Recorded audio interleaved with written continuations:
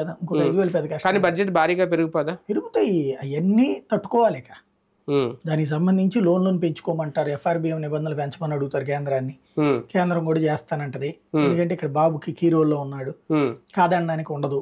కాకపోతే ఈయనకి చేస్తే దేశవ్యాప్తంగా అప్పులు పెరుగుతాయి. కానీ ఏమంటారు అప్పుడు, రాష్ట్రం నాశనం చేసేసాడు జగన్, 11 లక్షల కోట్లు అప్పు చేశాడు, ఇప్పటికిప్పుడు సంపద సృష్టి టైం పడుతుంది కాబట్టి మేము చేస్తాం, తప్పట్లేదు లోను, ఆయన నాశనం చేశాడు కాబట్టి ఆయన వడ్డీలు తీర్చడానికి అవుతుంది మాకు అంటారు. కాబట్టి అప్పు ఎక్కువ తీసుకోవాల్సిందే, తీసుకునివ్వాల్సిందే. కానీ ఇప్పటికిప్పుడైతే ఆదాయం రాదు కదా, ఆదాయం వచ్చేటప్పటికి ఎట్లా లేదన్నా కనీసం ఏం చెప్పిన లెక్కనైనా ఇప్పుడు ఇక్కడికి వచ్చి కంపెనీలన్నీ పెట్టి ఇక్కడ అవన్నీ సెట్ చేసి వాటిట్లలో పన్నులు వచ్చి అవన్నీ అయ్యేటప్పటికి 5 ఏళ్ల లోపు అయితే వస్తుందా ఆదాయం? అయితే గీతే రిజిస్ట్రేషన్ల రూపాయలు పెరుగుతాయి, ఛార్జీలు పెంచుతారు. ఆల్రెడీ మనం పెరిగినాయి కదా, అది కాదు రిజిస్ట్రేషన్లు పెరుగుతాయి. ఇప్పుడు రియల్ ఎస్టేట్ పెరుగుద్ది, బాగా వచ్చారు, రియల్ ఎస్టేట్ పెరిగినప్పుడు ఆదాయం పెరుగుద్ది ఆటోమేటిక్ గా.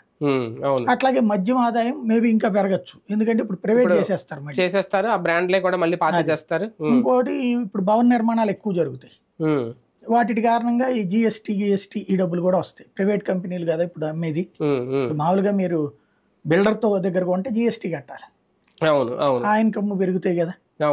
ఆ రూట్ లో అయితే ఇన్కమ్ కొంత పెరుగుతుంది, భారీగా ఉండవు. మిగిలిన 10 హామీల్లో కీలకమైన కరెంట్ ఛార్జీలు పెరగవు అనేది ఈయన ఇచ్చిన హామీ మేనిఫెస్టోలో.